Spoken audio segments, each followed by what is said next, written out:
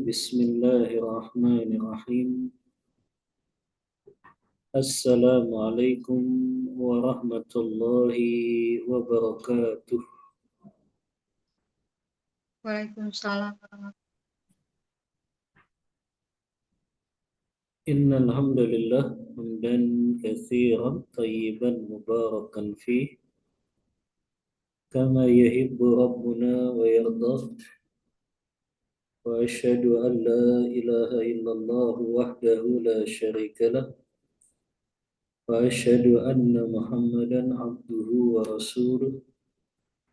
Allahumma salli wa sallim ala nabiyyina Muhammadin sallallahu alaihi wasallam wa ala alihi wa ashabihi wa man tabi'ahum bi ihsanin ila yaumiddin, amma ba'd.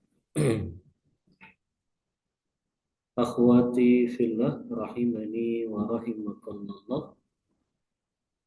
Para akhwat, para ummahat, para wanita muslimah, baik yang hadir secara langsung maupun yang menjadi online. Semoga Allah senantiasa melimpahkan rahmat dan hidayah taufik untuk kita semua. Alhamdulillah, di siang hari ini dengan izin dan pertolongan dari Allah, kita bisa melanjutkan kembali pembahasan kita masih mengkaji kitab Al-Qaulul Mufid ala Kitab Tauhid, kitab yang menjelaskan penjelasan dari kitab Tauhid yang ditulis oleh Syekh Muhammad Ibn Saleh Al-Utsaimin rahimahullahu ta'ala. Masih melanjutkan bab yang sebelumnya tentang masalah sihir, maka pengarang kitab ini membawakan bab yang baru yang berkaitan dengan sihir ini, yang beliau beri judul Babun Bayanu Syai'in min Anwa'is Sihri. Bab penjelasan tentang macam-macam sihir. Bab penjelasan tentang macam-macam sihir.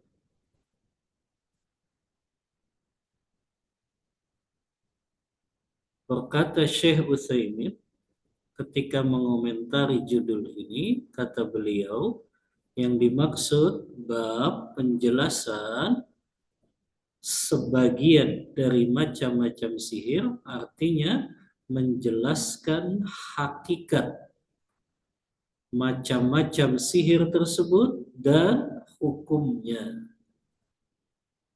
Sebagaimana di bab sebelumnya kita telah memahami tentang sihir itu terbagi menjadi dua macam. Ada sihir yang bisa mengantarkan kepada kekufuran, ada sihir yang bisa mengantarkan kepada kefasikan. Kapan sihir itu bisa mengantarkan kepada kekufuran? Apabila sihir tersebut meminta pertolongan kepada syaitan atau kepada jin dan yang selainnya. Maka sihir yang meminta bantuan syaitan, meminta bantuan jin atau makhluk-makhluk gaib yang lain, maka itu sihir yang jatuh kepada kekufuran. Adapun sihir yang dia tidak menggunakan bantuan jin, syaitan, maka ulama mengkategorikannya sebagai hukumnya fasik. Namun tetap disesuaikan dengan dalil-dalil yang disebutkan oleh syariat. Kemudian juga berkaitan dengan sihir ini, ya, ada yang sihir tersebut bisa sampai melukai badan, melukai akal, sampai juga membunuh orang yang terkena sihir tersebut. Maka ini jadi berubah juga hukumnya, apalagi kalau sampai sihir itu membunuh orang yang tersihir. Tapi ada sihir yang mungkin cuma sekedar melukai saja, tanpa melukai dengan luka yang berat, tidak sampai membunuh. Maka hukum sihir yang mengantarkan kepada kefasikan pun itu bisa menjadi bertingkat-tingkat sesuai dengan kadar mudarat yang didatangkan oleh orang yang menyihirnya. Sekarang pengarang kitab ini ingin menjelaskan di antara macam-macam atau bentuk-bentuk sihir itu apa saja.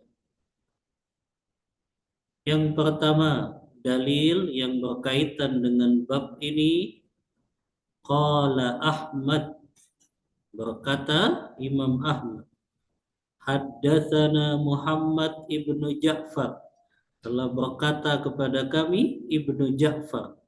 Haddatsana Auf, telah berkata kepada kami Auf. An Hayyan ibnil Ala, dari Hayyan ibnul Ala.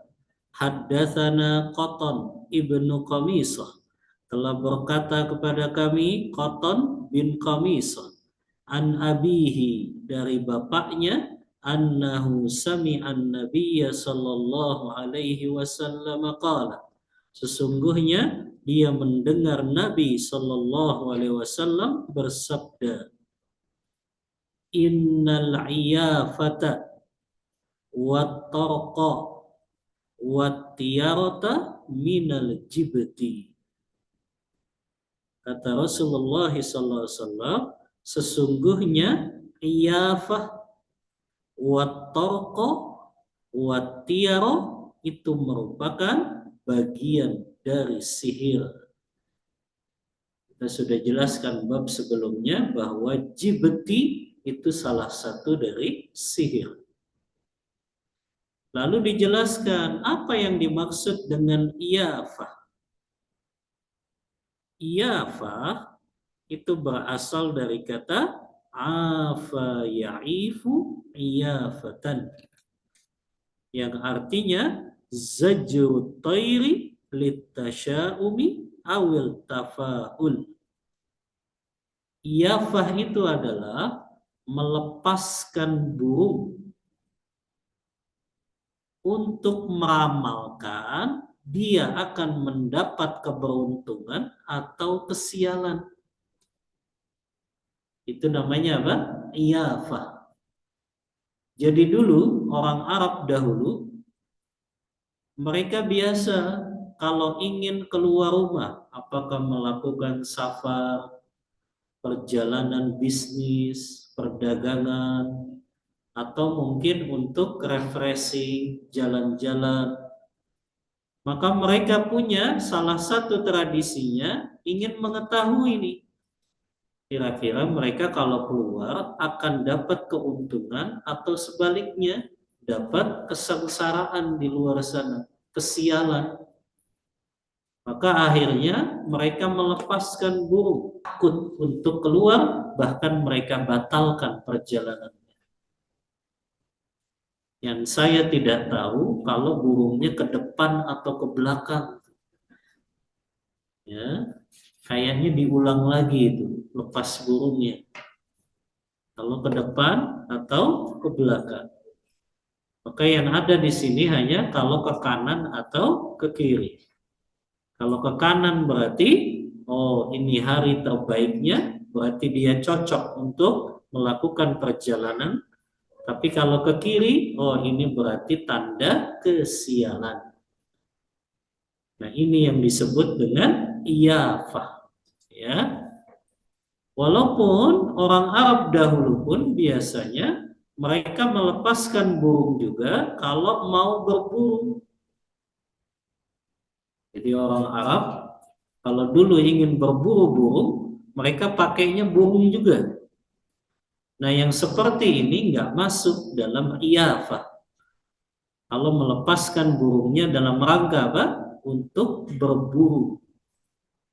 Adapun yang dimaksud di sini, iyafah itu melepaskan burung dalam rangka ingin mengetahui apakah dia akan beruntung atau dia akan mendapatkan kesialan. Nah, ini yang dimaksud dengan iyafah. Ya. Kalau dulu, nggak tahu kalau saya di Jakarta dulu, sama nggak dengan orang Cikarang. Kalau ada burung hantu, tahu burung hantu? Itu dulu saya kecil katanya, oh berarti mau ada orang yang meninggal. Apalagi burung hantunya berbunyi lagi, cuit-cuit dia. Pada ketakutan tuh. Siapa ini yang akan meninggal? Ya, apakah keluarganya, kerabatnya, sahabatnya? Nggak tahu. Kalau di Cikarang begitu nggak? Enggak. Kalau ada burung apa di Cikarang yang dianggap akan mendatangkan kesialan? Hah? Sama. Burung hantu juga. Oh, kalau malam. Ada lagi namanya burung, saya lupa namanya kecil. Kalau nggak salah burung bececek ya. Kalau dia bersuit-suit itu berarti tandanya akan datang pencuri. Nah, ini sama nih, iyafah. Ya, dengan menjadikan burung itu sebagai tanda apa? Dia akan beruntung atau dia akan mendapat kesialan. Nah, ini salah satu dari bentuk sihir. Kemudian kata Rasulullah, wat-torqo. Apa itu at-torqo? Ditafsirkan di sini kata Syekh Utsaimin, at-torqo itu al-khattu yakhuttu fil ardi wa ka'annahu minat tariq min turukil ardi yatrukuha idza sara 'alaiha. At-torqo itu membuat garis-garis di tanah. Nah, ini sama nih dalam rangka meramal. Orang-orang dulu itu, para peramalnya, biasanya mereka menggunakan garis-garis di tanah. Tapi tidak semua orang yang buat garis di tanah itu dianggap sebagai peramal. Karena dulu juga menurut sebagian ulama umat, membuat garis di tanah itu bisa dijadikan sebagai sutra. Jadi kalau umat sholatnya di tanah, di lapangan gitu ya, menurut sebagian ulama itu boleh menjadikan garis sebagai sutrohnya. Tapi ini pendapat yang memang dianggap lemah oleh mayoritas ulama. Karena mayoritas ulama mensyaratkan benda yang bisa dijadikan sutroh itu adalah benda yang memiliki tinggi minimal 1 hasta. 1 hasta itu segimana? Hah? 1 hasta segimana, Umat? Ya, satu apa nih? Tangan kita ya, 1 hasta. Itu minimal, maksimal nggak ada batasnya. Tapi di sini dijelaskan sama Syekh Utsaimin, terkadang ada orang yang buat garis itu untuk menjadikannya sebagai sutra. Kalau itu dibuat sebagai sutra, maka itu tidak dianggap sebagai ator, salah satu dari sihir. Bahkan Rasulullah juga pernah kan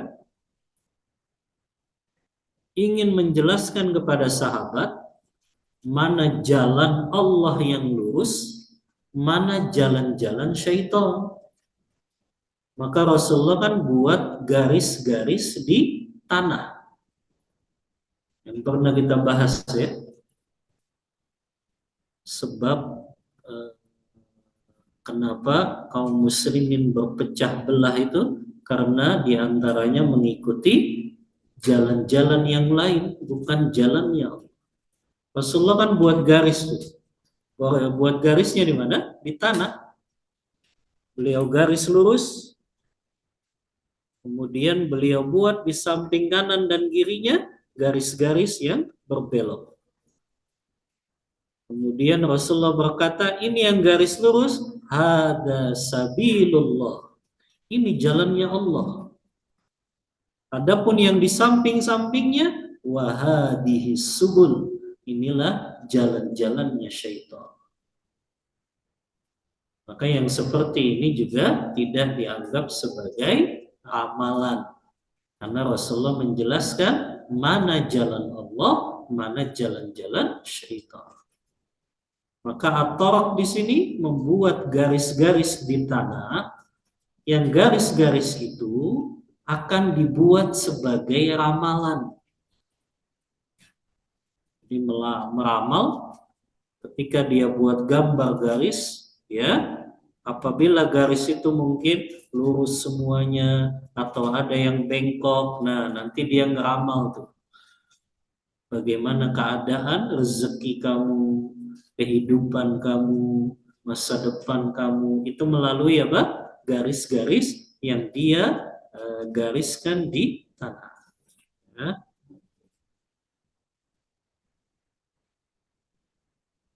Kemudian yang ketiga Rasulullah sebut wattiyarah. At-tiyarah artinya, nah ini sering kita dengar dari kata tatoyur. Isi masdar dari tatoyyara, ya tatayyaru tatoyyuran. Yang dimaksud apa? Menganggap sesuatu sebagai biang kesialan. Apakah itu berkaitan dengan benda? Apakah itu berkaitan dengan manusia? Apakah itu berkaitan dengan waktu? Apakah itu berkaitan dengan tempat? Atau dengan sesuatu yang dia dengar? Contoh, dulu orang Arab selalu menjadikan kalau ada burung yang datang dan hinggap di rumah mereka, itu dianggap sebagai biang kesialan. Apalagi burung itu terbang dari sebelah kanannya. Nah, kalau dari sebelah kanan tuh mereka nganggap keberuntungan. Tapi kalau terbangnya di sebelah kirinya, maka itu dianggap sebagai kesialan. Ini tatoyur namanya. At-tiyarah. Jadi kalau burung, kalau tadi kan melepaskan burung. Kalau ini burungnya yang datang. Tapi burungnya terbang dari mana? Arah sebelah kanannya berarti itu keberuntungan. Kalau sebelah kirinya berarti itu kesialan. Tapi sekarang kita bukan burung lagi. Tapi menganggap sial itu dengan angka 13.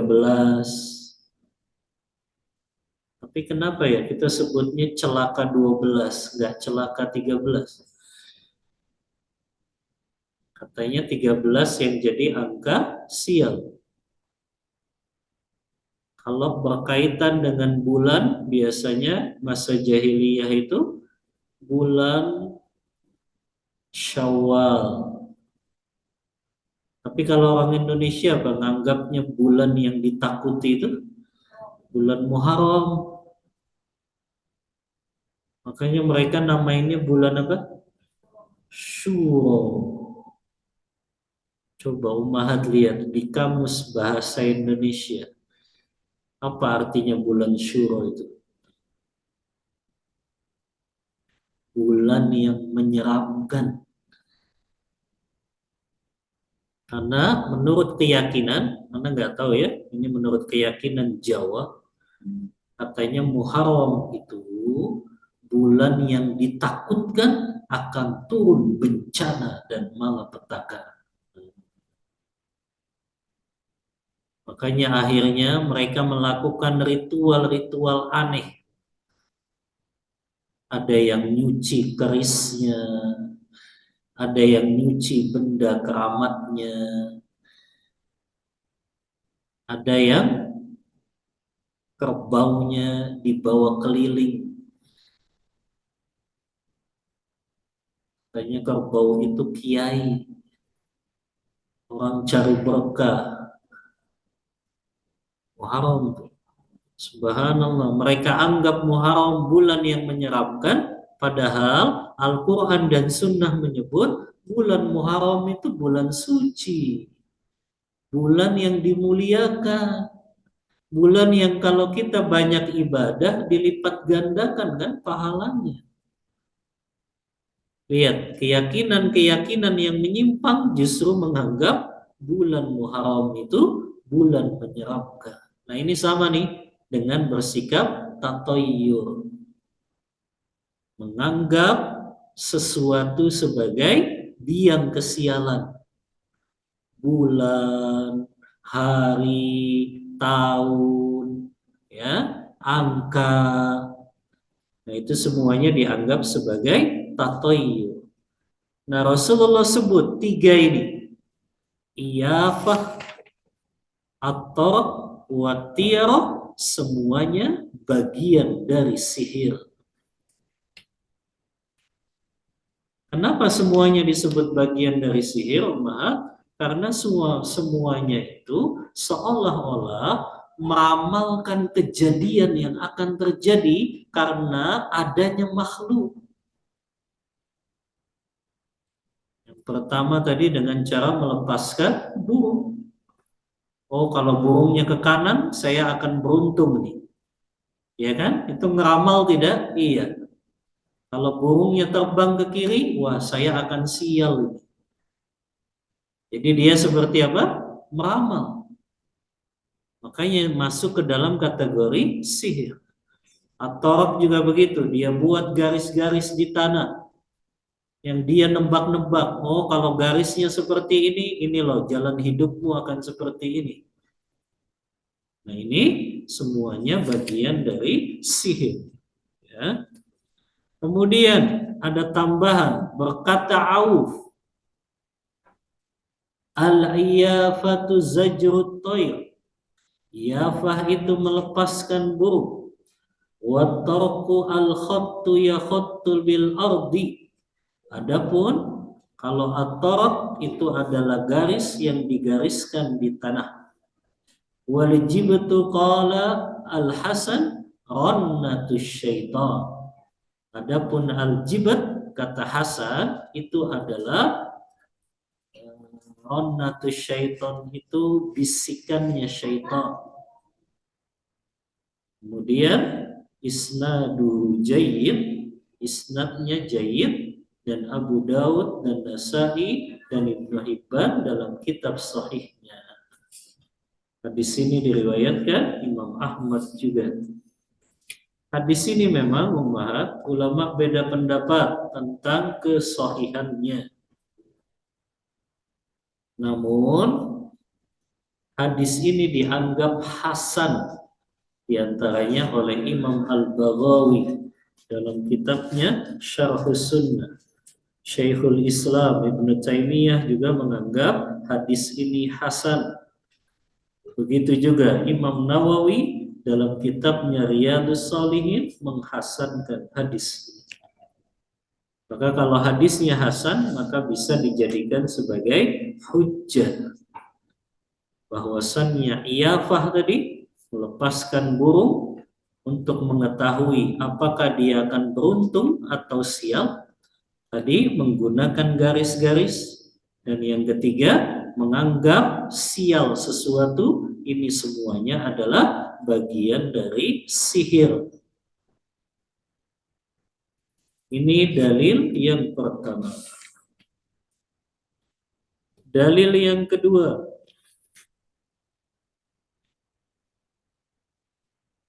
wa an ibni Abbasin radhiyallahu anhuma, dari sahabat Abdullah bin Abbas, semoga Allah meridhai keduanya, beliau berkata, qala Rasulullah sallallahu alaihi wasallam, Rasulullah sallallahu alaihi wasallam bersabda, man iqtabasa syu'batan minan nujumi faqad iqtabasa syu'batan minas sihri. Zada ma zada. Rawahu Abu Dawud wa isnaduhu sahihun.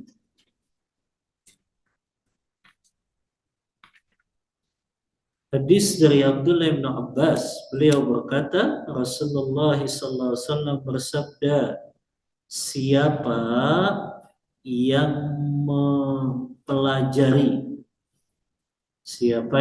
mempelajari sebagian dari ilmu perbintangan, maka dia telah mempelajari sebagian dari ilmu sihir. Zada mazada. Semakin dia mendalami ilmu perbintangan tersebut, maka semakin dia mendalami ilmu sihir tersebut. Hadis riwayat Abu Daud dan sanadnya sahih. Kita lihat di sini. Yang dimaksud syu'batan di sini adalah ta'ifah. Artinya sebagian atau sekelompok. Adapun minan nujum, yang dimaksud bintang di sini adalah ilmu perbintangan. Jadi siapa yang mempelajari ilmu perbintangan, maka dia telah mempelajari sihir. Maka di sini kata Syekh Utsaimin, ya, yang dimaksud perbintangan di sini adalah ilmu tentang masalah bintang, bahwa perbintangan tersebut dikaitkan dengan kejadian-kejadian yang akan terjadi di muka bumi ini. Jadi itu yang masuk dalam sihir ummahat. Oh, kalau bintang ini dengan bintang ini dekat, maka akan terjadi seperti ini nih di bumi. Oh, kalau bintang ini agak menjauh, maka akan terjadi seperti ini nih. Nah, makanya ilmu perbintangan biasanya kita kenal dengan ilmu zodiak. Ilmu zodiak. Zodiaknya apa? Oh, saya lahir bulan Agustus, berarti zodiaknya Leo. Kalau Leo, keuangannya kayak gini. Tapi hubungan asmaranya lagi bermasalah ini. Ya. Nah, itu namanya ilmu perbintangan. Ya. Biasanya ABG nih, seneng baca kayak gini. Ya. Tapi ummahat nggak ada yang ABG kan ya. Semuanya sudah jadi ummahat. Jadi insya Allah nggak baca yang kayak gini. Karena ini hampir di setiap media kan ada nih zodiak begini. Di koran ada, di tabloid ada, di majalah ada, bahkan di internet juga ada. Nah, ini bagaimana ilmu perbintangan ini banyak diyakini sebagian muslim dan muslimah, dan ini musibah. Karena ini sama dengan meramal yang akan terjadi di dunia berdasarkan perbintangan tersebut. Ya. Kemudian kata Syekh Utsaimin, ya, ada juga ya hadis yang menjelaskan tentang siapa yang belajar ilmu perbintangan ini, maka dia akan kufur kepada Allah. Apa dalilnya? Hadis Zaid bin Khalid al-Juhani fi Ghazwatil Hudaybiyah. Hadisnya dari sahabat Zaid bin Khalid al-Juhani saat beliau mengikuti perang Hudaybiyah. Kenapa disebutnya Ghazwah, Umar? Hudaybiyah itu perang atau bukan? Bukan kan? Biasanya dikenal dengan apa? Perjanjian Hudaybiyah. Tapi kenapa di sini disebutnya Ghazwah? Nah, Ghazwah itu sebetulnya tidak selalu dimaknai dengan peperangan, Umar. Tapi Ghazwah itu ekspansi yang dilakukan Rasulullah bersama sahabat, yang Rasulullah memimpin ekspansi tersebut walaupun tidak sampai peperangan. Maka itu tetap disebutnya Ghazwah. Karena Hudaybiyah ini nggak ada perang. Karena Rasulullah dan sahabat niatnya cuma ingin melakukan apa? Umrah.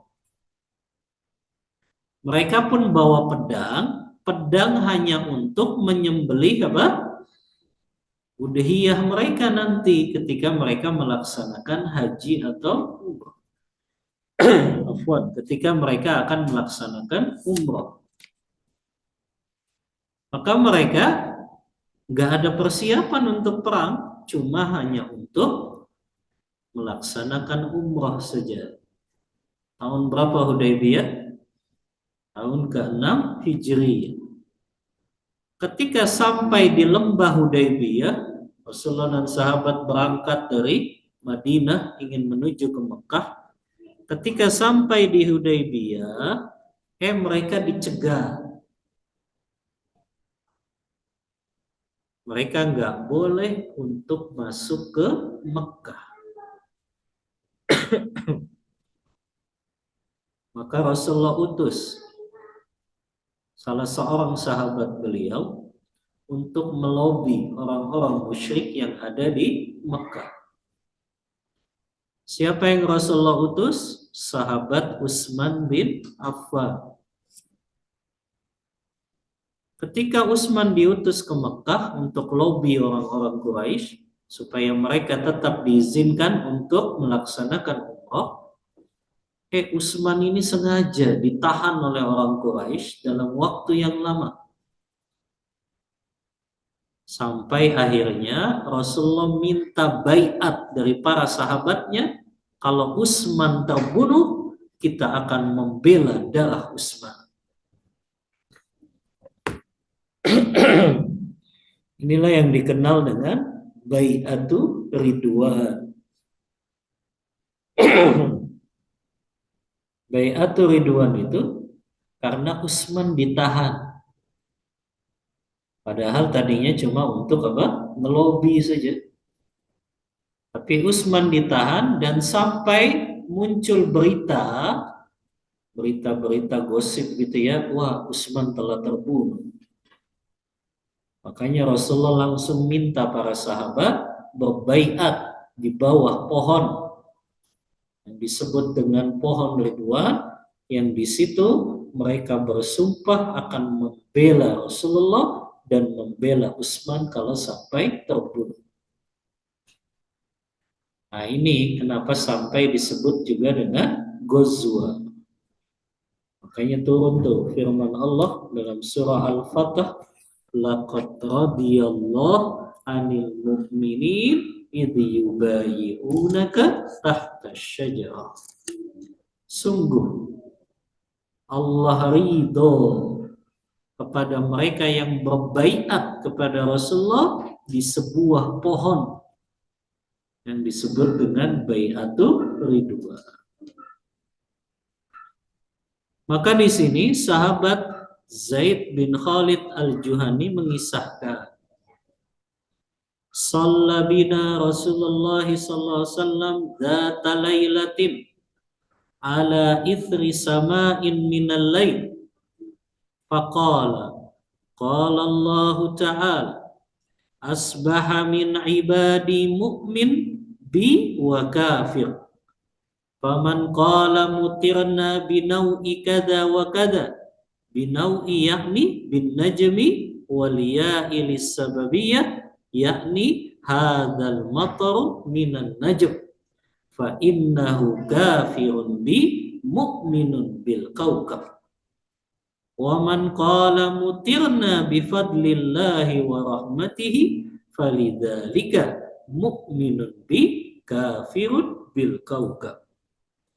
Hadis riwayat Bukhari dan Muslim dalam kitab sahih kedua. Nah, ini contoh ummahat orang yang mempelajari ilmu perbintangan, dia bisa jatuh dalam kekufuran. Apa dalilnya? Hadis ini. Kata Zaid bin Khalid al-Juhani, ketika kami perang Hudaybiyah bersama Rasulullah, maka kami sholat bersama Rasulullah di suatu malam, maksudnya sholat subuh, yang malam itu turun hujan. Jadi kata Zaid bin Khalid, kami sholat subuh bersama Rasulullah, yang sebelum subuhnya tuh hujan dulu. Maka basah. Kemudian tiba-tiba Rasulullah berkata, Allah Ta'ala berfirman, ini hadis qudsi, asbaha min ibadi mu'minun bi wa kafir. Pagi ini ada di antara hamba-hambaku yang mereka beriman kepadaku dan ada juga yang mereka kufur kepadaku. Kemudian Allah berkata lagi, barang siapa yang mereka berkata hujan ini turun karena sebab bintang ini dan bintang itu, maka dia telah beriman kepada bintang dan telah kufur kepadaku. Lihat ya, bahaya ilmu perbintangan. Ya. Kemudian Allah melanjutkan, barang siapa yang mengatakan hujan ini turun karena rahmat dan karunia dari Allah, maka dia beriman kepadaku dan kufur kepada bintang. Jadi Rasulullah sampaikan nih, ya, siapa yang mempercayai turunnya hujan ini karena sebab bintang, maka orang yang seperti itu kufur kepada Allah. Tapi barang siapa yang sebaliknya, dia beriman bahwa turunnya hujan ini karena rahmat dan kasih sayang Allah, maka orang yang seperti ini dia beriman kepadaku dan kufur kepada bintang. Nah, ini ummahat, bagaimana ilmu perbintangan bisa mengantarkan kepada kekufuran. Selain tadi, itu sama dengan melakukan sihir. Karena tidak ada hubungannya antara turunnya hujan dengan bintang. Ya, nggak ada hubungannya hujan itu turun atau kejadian-kejadian di bumi dengan ilmu perbintangan. Sama ketika terjadi gerhana matahari, kan? Gerhana matahari, ingat nggak ummahat, terjadi di zaman Rasulullah? Sebagian sahabat dan orang-orang Arab saat itu, sebelum terjadinya gerhana itu kan, anak beliau Ibrahim meninggal dunia. Dikait-kaitin tuh. Oh, ini terjadi gerhana matahari karena anaknya Rasulullah meninggal, yaitu Ibrahim, anak 1,5 tahun atau 2 tahun yang lagi lucu-lucunya. Makanya Rasulullah kan sampai menangis. Yang ngerawat Ibrahim saja sampai berteriak histeris itu Ibrahim meninggal. Akhirnya Rasulullah larang. Itu bukan ajaranku meratap berlebihan. Ya. Rasulullah sampai nangis Ibrahim meninggal. Enggak lama setelah itu terjadi gerhana matahari. Sebagian orang Arab mengira, oh ini gara-gara anaknya Muhammad meninggal. Ah ini sama nih Umar. Nggak tahu. Dulu saya kecil itu, kalau ada hujan lebat, sebagian berkata, oh ini ada orang soleh meninggal. Oh ini karena sebab Habib Fulan meninggal. Oh ini karena sebab Kiai Fulan meninggal. Oh ini karena sebab Ustadz Fulan meninggal. Ini sama dengan apa?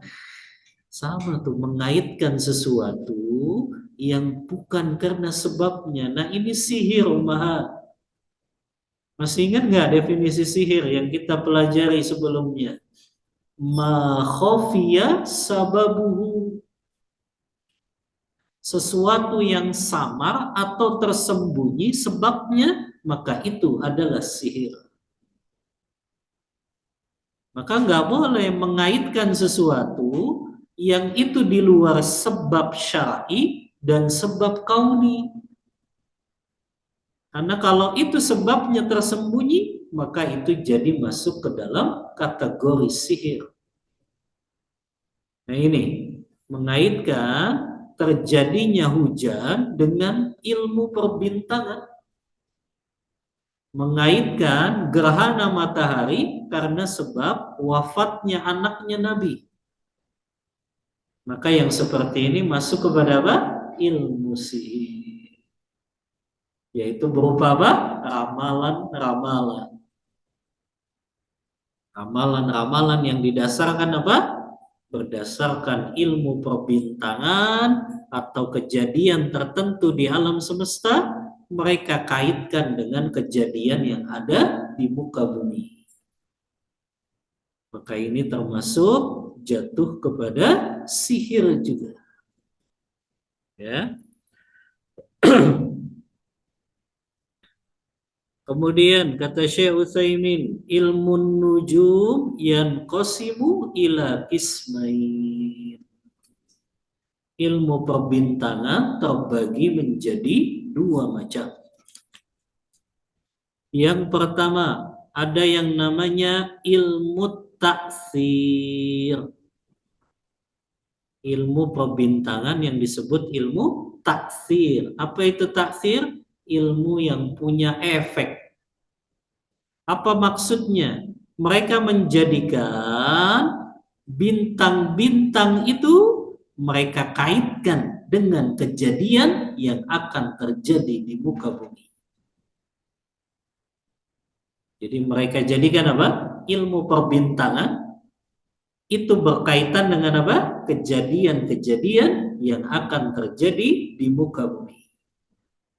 Dan ini haram hukumnya dan batil.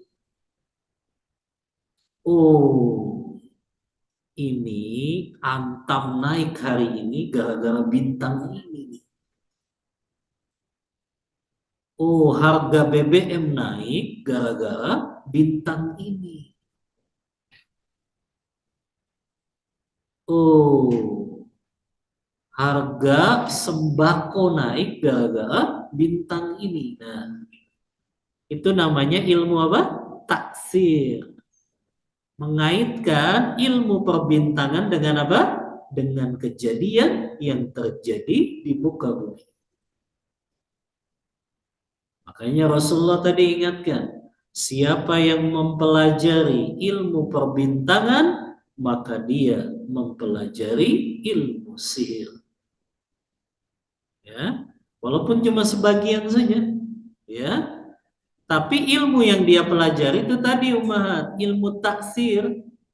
Apa hubungannya bintang-bintang yang dia perhatikan dengan kejadian yang akan terjadi di muka bumi? Samalah ilmu perbintangan itu dengan ramalan-ramalan zodiak hari. Oh, karena bintang kamu Virgo, maka keuangan kamu lagi seret bulan ini. Oh, karena kamu bintangnya apa? Sagittarius, jadi masalah jodohnya jadi susah. Nah, ini semuanya mengaitkan ilmu perbintangan dengan kejadian-kejadian yang ada di muka bumi. Ini yang disebut dengan ilmu taksir. Begitu juga tadi Allah yang mengatakan siapa yang mengaitkan turunnya hujan karena sebab bintang anu dan bintang anu, maka sungguh dia telah kufur kepada Allah. Makanya ketika terjadi gerhana matahari umahat, ketika tadi itu sebagian sahabat orang-orang Arab menganggap gerhana matahari itu terjadi karena wafatnya anak Rasulullah Ibrahim, maka Rasulullah bantah dengan hadis yang diriwayatkan oleh Imam Bukhari dan Muslim ini. Makanya beliau kan langsung memerintahkan sahabat untuk sholat. Kemudian setelah sholat beliau berkhutbah. Kata beliau, innahuma ayatani min ayatillah. Terjadinya gerhana matahari dan gerhana bulan itu adalah salah satu dari tanda-tanda kekuasaan Allah. La yankasifani limauti ahadin wala lihayatihi. Dua gerhana itu tidaklah terjadi karena sebab kematian seseorang atau karena sebab kelahiran seseorang. Jadi lihat, nggak boleh mengaitkan ilmu perbintangan ini dengan kejadian yang akan terjadi di muka bumi. Nah, ini termasuk peristiwa-peristiwa alam semesta. Apakah itu gerhana, apakah itu munculnya bulan purnama, apakah itu munculnya matahari ya yang terjadi gerhana juga. Itu nggak boleh dikaitkan dengan kejadian-kejadian di muka bumi. Ada lagi yang terkadang kalau ada musibah yang menimpa kaum muslimin, dia kait-kaitin dengan ayat itu. Cocok logi. Coba lihat tanggalnya kapan itu terjadinya. Tanggal 25 bulan 3 2020 misalnya. Akhirnya dia kaitin tuh. Tuh lihat surah 25. Ya. Ayat sekian. Tuh bunyinya begini kan? Nah, ini cocok logi sama ini. Ya, nggak boleh mengaitkan itu. Ya, mengaitkan sesuatu yang Allah nggak menjelaskan memang sebabnya itu. Jadi jangan dikait-kaitkan kejadian yang terjadi hari ini dengan cocok logi tadi, dicocok-cocokin pakai surah-surah ayat-ayat yang ada dalam Al-Quran. Nah, ini sama ilmu perbintangan itu selalu mengaitkan kejadian-kejadian di muka bumi dengan apa yang mereka baca dari ilmu perbintangan tersebut. Nah, ini ilmu perbintangan yang pertama. Ilmu perbintangan yang mendatangkan efek. Efek apa? Bahwa akan terjadi peristiwa di muka bumi karena sebab bintang anu dan bintang anu. Nah, ini namanya ilmu apa? Taksir. Yang kedua, ada yang namanya ilmu taisir. Ada yang namanya ilmu taisir, ilmu perbintangan juga. Apa yang dimaksud ilmu taisir? Ilmu perbintangan yang digunakan untuk menunjukkan arah dan waktu. Fahadha jaiz, kata Syekh Utsaimin, ini boleh kalau ilmu perbintangannya digunakan sebagai penunjuk apa? Arah dan waktu. Kalau tadi kan enggak, dikaitkan dengan kejadian dan peristiwa yang ada di muka bumi.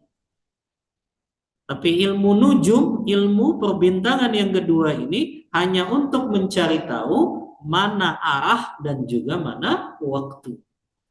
Mana arah tuh maksudnya mana barat, mana timur, mana selatan. Kalau dulu kan masih pakai tanda-tanda alam.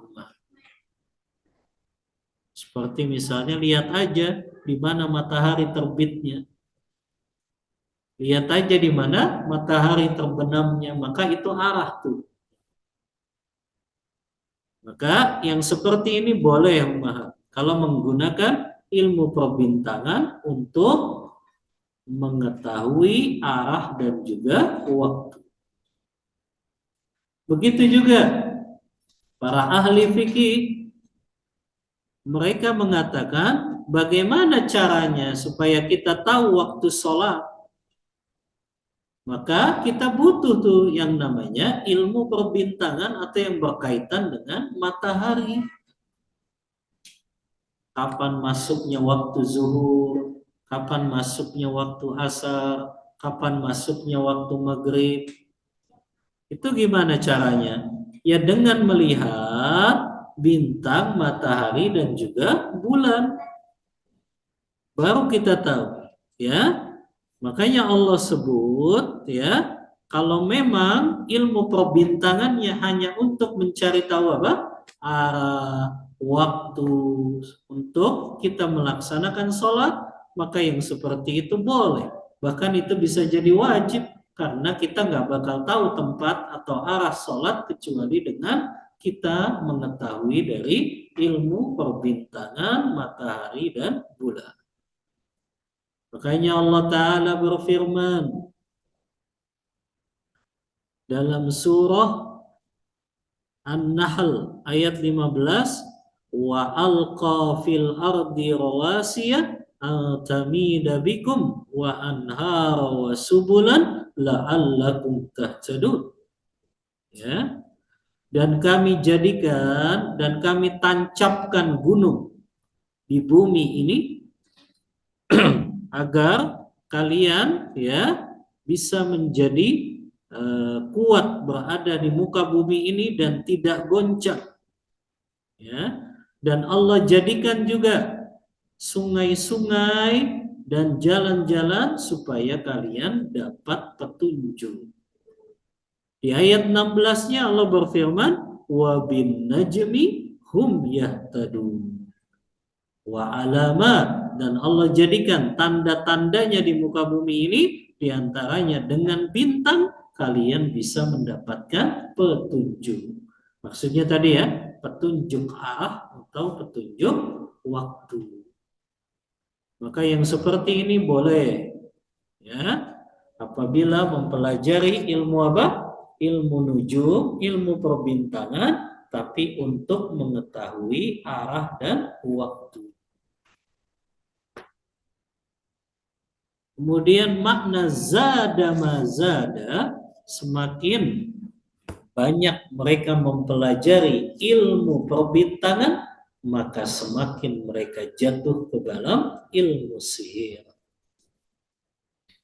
Sekarang wajhu munasabahnya. Apa hubungannya antara hadis-hadis yang kita bawakan tadi dengan bab yang dibawakan oleh pengarang kitab ini?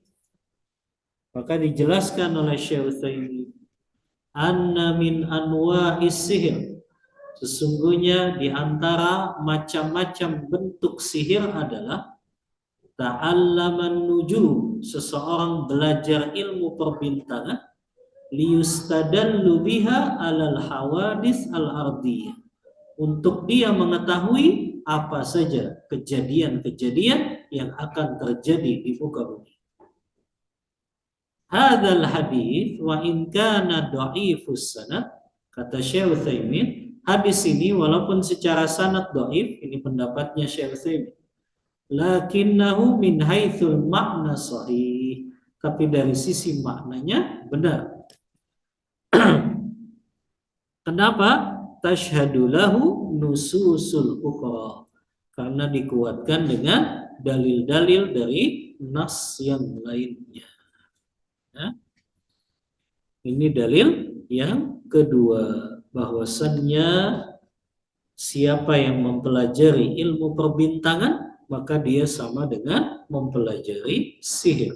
Ya. Namun tadi dibagi oleh Syekh Utsaimin, ilmu perbintangan ada dua.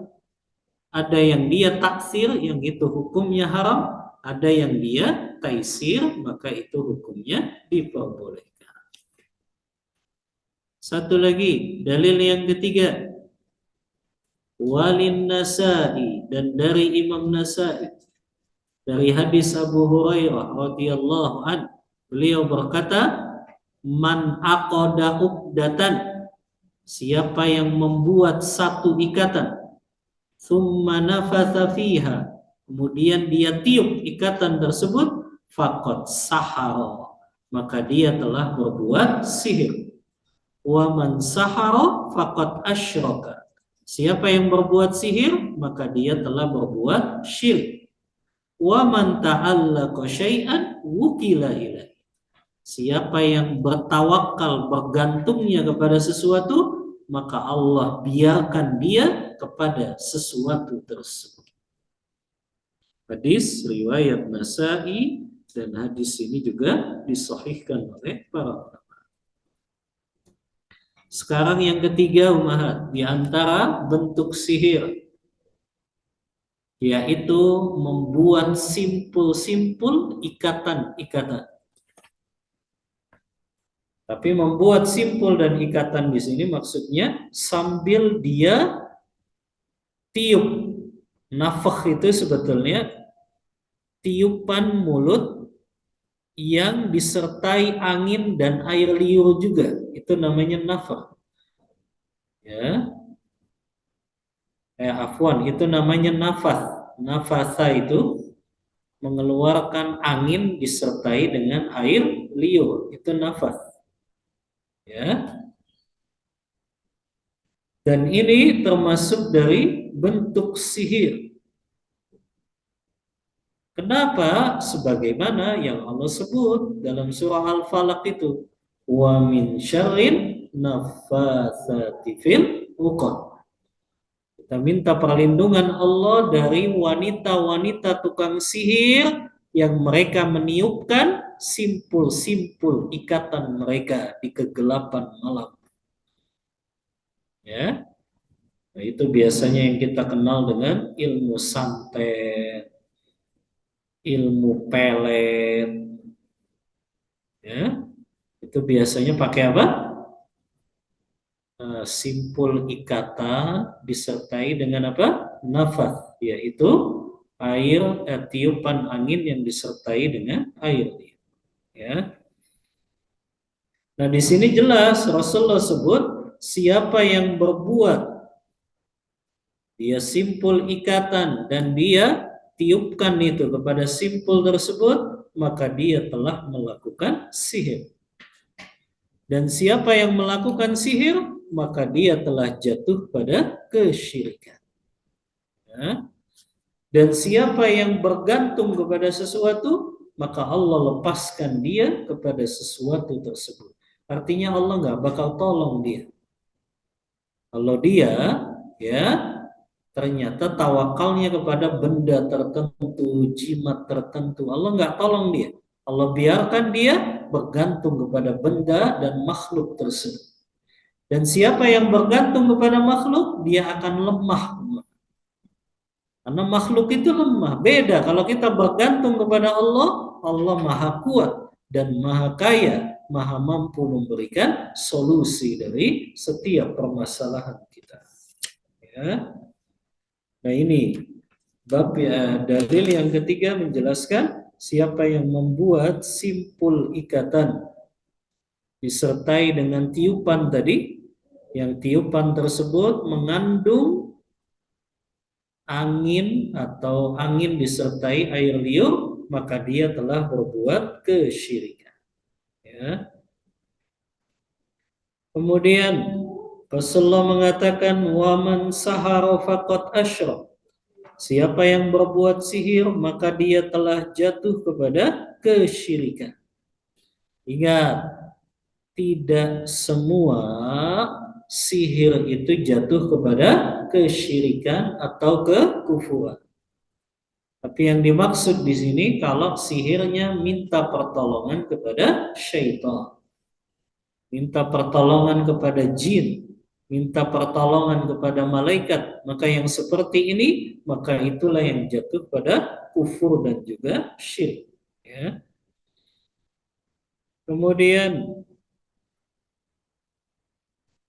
orang-orang yang berbuat sihir dengan obat-obatan atau yang semisalnya, maka mereka itu ada yang digolongkan pada kekufuran, ada yang memang tidak jatuh pada kekufuran, tapi hanya jatuh kepada kefasikan. Kemudian beliau jelaskan makna wa man ta'allaqa syai'an wukila ilaihi. Siapa yang bertawakal, bergantung kepada sesuatu, maka Allah biarkan dia dengan sesuatu tersebut. Artinya Allah biarkan dia umat, Allah nggak tolong dia. Allah biarkan dia bergantung kepada yang lemah, maka dia akan menjadi semakin lemah. Beda dengan gantungnya kepada Allah, tawakalnya kepada Allah, semakin kuat itu tawakal. Adapun orang tawakalnya kepada makhluk, bergantungnya kepada makhluk, maka dia semakin lemah. Kemudian juga ada di antara manusia yang apabila disihir melalui jalan tadi, simpul ikatan dan juga tiupan-tiupan, maka mereka pun menjadi orang yang bergantung kepada sihir tersebut. Ya, tapi anehnya mereka nggak mau diobatin pakai ruqyah. Mereka pengennya pakai sihir lagi. Maka yang seperti ini jatuh kepada kekufuran dan juga dosa besar. Ya. Kemudian kata beliau, siapa yang bergantung kepada sesuatu dari makhluk, Allah biarkan dia bergantung kepada makhluk tersebut. Dan siapa yang bergantung kepada makhluk, maka dia bergantung kepada sesuatu yang lemah. Maka hadis ini mencakup orang yang bersandar pada dirinya saja. Dia anggap dirinya sudah mampu, sudah banyak harta, maka dia nggak mau bergantungnya kepada Allah, tapi kepada dirinya, maka yang seperti ini juga masuk dalam hadis ini. Allah nggak akan tolong, Allah biarkan dia bergantung dengan apa? Dengan benda yang ia tawakalkan. Dengan benda yang ia bergantung kepadanya. Ya. Nah, ini juga bagian dari macam-macam sihir. Membuat simpul ikatan, kemudian juga meniupkannya.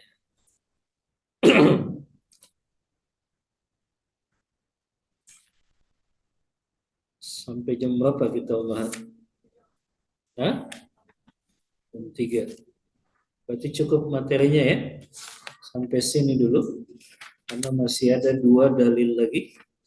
Insya Allah kita lanjut materi di pertemuan selanjutnya. Kita buka diskusi dan tanya jawab.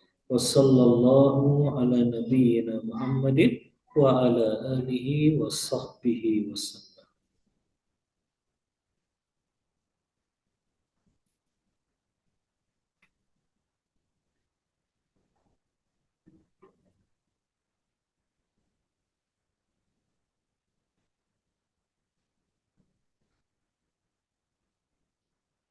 Sudah?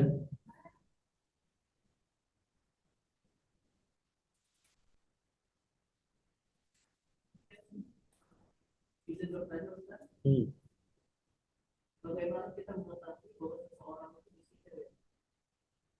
Kalau seseorang itu apa? Bagaimana kita mengetahui kalau seseorang itu disihir? Iya, jazakillah khairan. Pertanyaan yang bermanfaat. Yang pertama, cara mengetahui seseorang itu dia disihir berarti karena sebab yang tidak kita ketahui. Berarti apa? Kita periksakan ke dokter, ternyata dokter juga nggak tahu apa ini sebabnya. Kita tanya kepada orang-orang yang mungkin berpengalaman juga, ini sakitnya sakit apa? Ternyata dia nggak tahu juga. Nah, ini diantara tandanya kalau ternyata ahli kesehatan, ahli herbal menyatakan ini kayaknya sebabnya di luar dari ilmu pengetahuan yang berkaitan dengan kedokteran dan kesehatan, berarti itu terkena sihir. Ya, maka butuh dengan cara ruqyah. Kan ada ya sakit-sakit yang sakit tersebut ternyata bukan berdasarkan medis. Menurut penelitian medis itu bukan sakit. Dia sehat-sehat saja. Tapi ternyata orang yang merasakannya dia merasa sakit. Nah, yang seperti ini bisa jadi tanda dia terkena sihir. Ya. Wallahu taala a'lam bissawab.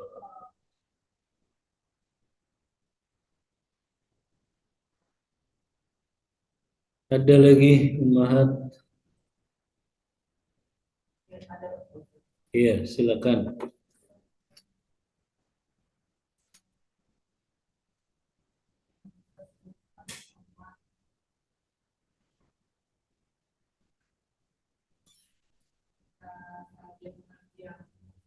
Afwan, kurang kedengeran. Mahat. Kasih mic, dikasih mic.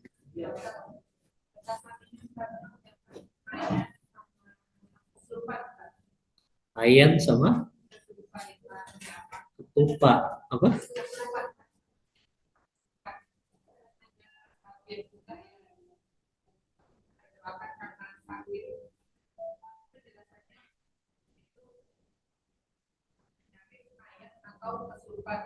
Ketupan tuh apa ya, Mbak? Hah? Ketutupan?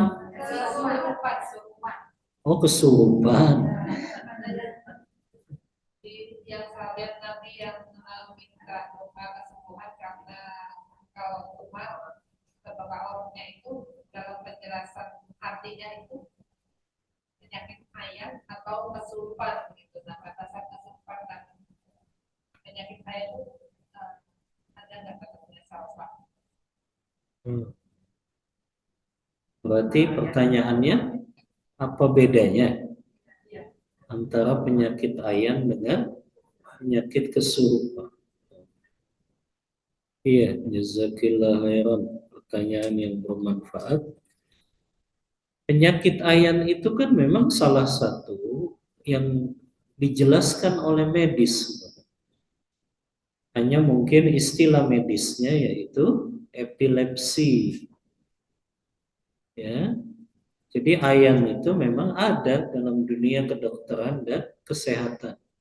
Atau disebutnya mungkin suka kejang-kejang sendiri sampai mengeluarkan busa. Ya, maka itu memang ada penelitian medisnya. Adapun kesurupan itu di luar penelitian medis. Biasanya karena sebab kemasukan jin atau saat itu pikirannya lagi kosong, tiba-tiba jin masuk ke dalam tubuhnya. Akhirnya jin itu menguasai dirinya. Akhirnya dia bertingkah laku aneh. Nah, itu kalau kesurupan kan, orang yang kesurupan maka itu nggak diketahui secara medis. Dia sehat, tapi kenapa kok tingkah lakunya aneh? Nah, itu bisa jadi karena sebab dia kesurupan. Tapi kalau ayan atau epilepsi, itu kan ada memang penelitian dari ilmu kesehatan dan kedokteran.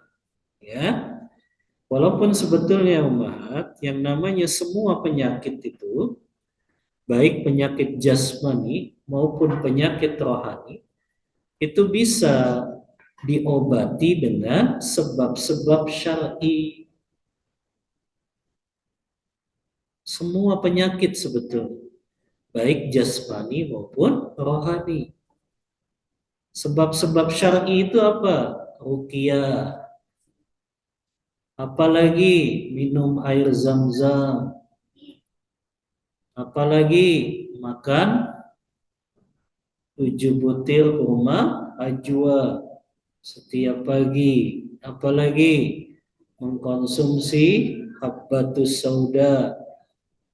Itu sebab-sebab syar'i yang memang ada dalil yang menjelaskan itu. Minum madu, karena kata Allah madu itu syifaun, obat bagi seluruh manusia. Maka itu namanya sebab syar'i. Bahkan terkadang pengobatan dengan sebab syar'i ini bisa lebih cepat efeknya daripada pengobatan dengan obat-obat kimia. Di antara yang dijadikan dalil ulama, kisah tentang sahabat yang dia meruqyah kepala suku yang terkena apa? Eh, apa kalau kala jengking itu terkena apa? Di apa? Eh, di apa sih istilahnya kalau kala jengking? Digigit. Ah, iya disengat. Nah, di situ kan sahabat itu hanya membacakan surah apa? Al-Fatihah. Kemudian dengan izin Allah maka sembuh seperti kepala suku itu nggak pernah tertimpa penyakit sebelumnya. Makanya Ibnu Qayyim ketika menjelaskan hadis ini kata beliau obat melalui sebab syar'i itu bisa lebih cepat efeknya daripada obat-obat kimia. Ya, Ummahat kalau pusing, minum obat pusing, efeknya berapa hari? Sehari paling cepat, bahkan 2 hari, 3 hari. Ummahat luka, dikasih betadin, obat pengering lainnya, berapa lama efeknya? 2 hari, 3 hari. Tapi coba ummahat bacain Al-Fatihah, tapi dengan yakin, kayak sahabat tuh. Bacain Al-Fatihahnya dengan yakin bahwa Al-Quran ini jadi obat segala penyakit. Efeknya, cepat sekali. Setelah baca Al-Fatihah, langsung segar lagi itu kepala suku. Yang tadinya demam, menggigil, panas dingin, habis kena sengatan kala jengking. Nah ini ummahat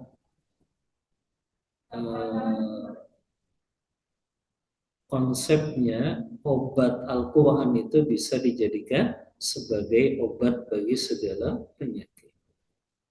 Wallahu a'lam bishawab. Hah? Gimana?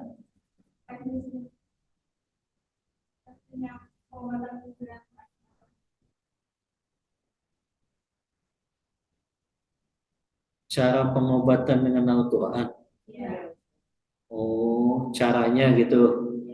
Caranya dipegang bagian yang sakitnya. Kemudian dibacakan doa-doa ruqyah, Al-Fatihah, ayat kursi, 3 kul itu ya. Tapi tadi ya, bacanya diiringi dengan pemahaman dan meyakini seyakin-yakinnya. Makanya kenapa sahabat bacain Al-Fatihah itu bisa langsung sembuh. Karena yakin Al-Quran itu jadi obat segala penyakit. Ibnu Qayyim kan juga cerita tuh dalam kitabnya At-Tibbun Nabawi itu. Beliau berkunjung ke Mekah. Beliau terserang demam. Beliau nggak minum obat, tapi beliau membacakan ke seluruh tubuhnya surah Al-Fatihah dan doa-doa ruqyah. Dengan izin Allah sembuh disertai dengan keyakinan. Mahat sekali-kali boleh dicoba ya. Kalau anaknya pusing apalagi demam, kalau hari pertama nggak masalah kan, dibacain dulu doa ya, kecuali sudah 3 hari baru agak bahaya itu. Tapi kalau masih sehari bisa digunakan eksperimen mengobati dengan ayat-ayat Al-Quran. Allahu Ta'ala a'lam bissawab. Hah? Oh, maksudnya airnya dibacain Al-Quran gitu. Kemudian disuruh minum yang sakitnya. Wallahu a'lam. Memang ada dalilnya. Rasulullah pernah diberikan air, kemudian air itu dibacakan Al-Fatihah sama Rasul. Hanya saja di dalam hadis ini, Rasulullah bukan nyuruh orang itu minum, tapi Rasulullah menciprati orang itu dengan air tersebut. Tahu dicipratin ya, Pak? Ya, kalau dalil Rasulullah nyuruh orang yang sakit itu minum, anak belum dapatkan. Coba nanti anak cari-cari lagi. Jadi yang anak dapatkan Rasulullah menciprati dengan air orang yang sakit tersebut, kemudian dengan izin Allah menjadi sembuh. Jadi dibacakan air, kemudian apa? Dicipratkan airnya kepada yang sakit. Ingat dicipratin, bukan diguyur. Ya, jangan salah paham. Hanya dicipratkan saja. Wallahu ta'ala a'lam bissawab.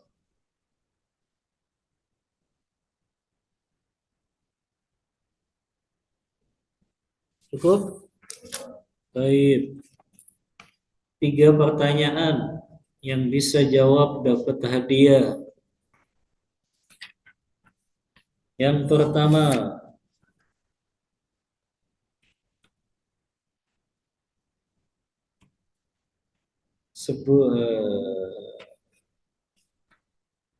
jelaskan apa itu makna iyafa.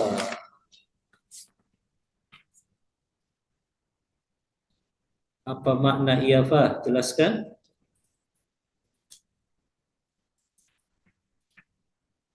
Gak ada. Assalamualaikum Pak Ustadz. Assalamualaikum Pak Ustadz.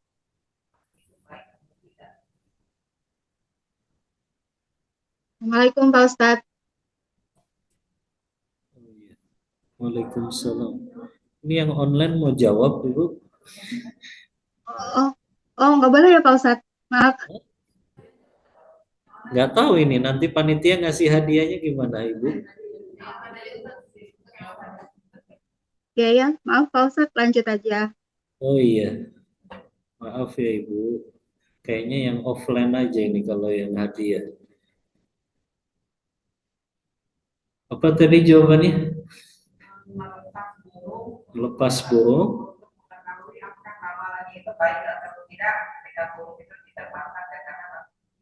Iya. Kalau ke kanan?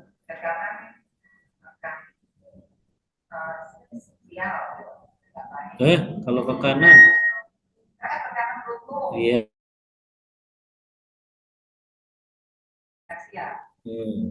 Kalau ulang lagi ya. Iya, ahsanti, betul jawabannya. Yang kedua, sebutkan macam-macam ilmu perbintangan. Mana yang boleh, mana yang haram. Ya, silakan.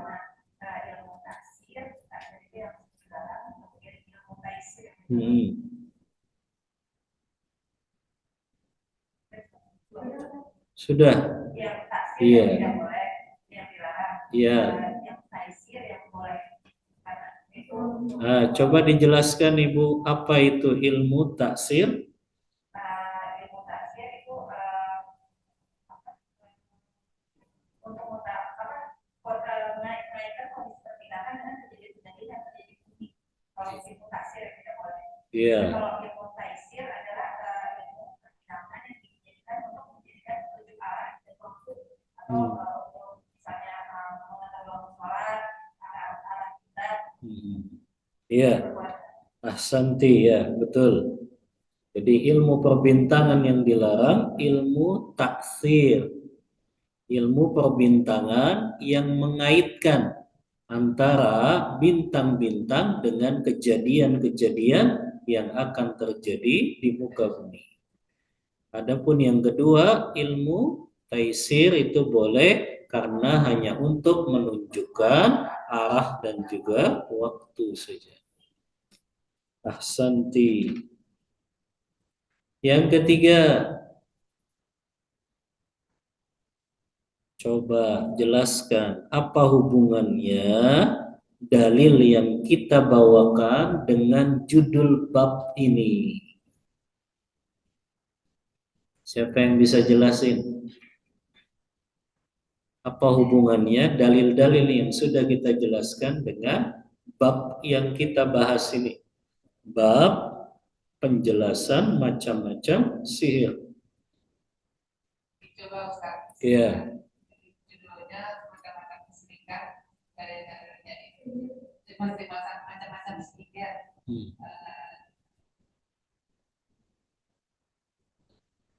Banyak kaitannya dengan hadis-hadis, harusnya menjelaskan yang masing-masing hadis menjelaskan yang termasuk perbuatan-perbuatan sihir. Pertama, dan hadis pertama tentang tadi melepaskan burung, kemudian membuat garis, yang satu lagi yang semua itu mengkaitkan semua tadi alam tadi dengan kejadian-kejadian yang tersembunyi aja kata Tuhan. Iya.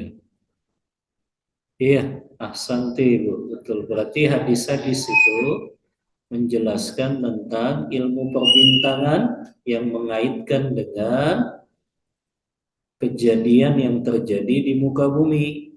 Dan itu merupakan bagian dari macam-macam sihir tersebut. Iya, ahsanti, betul jawabannya. Sudah kan ya? 3 ya?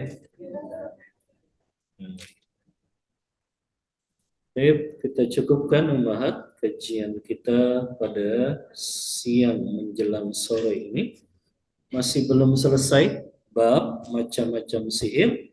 Insya Allah kita lanjutkan dalil yang keempat ya, dan yang kelima di pertemuan selanjutnya. Mohon maaf bila ada kata-kata yang kurang berkenan di hati ummahat semuanya. Wassallallahu ala nabiyyina Muhammadin wa ala alihi wa sahbihi wasallam.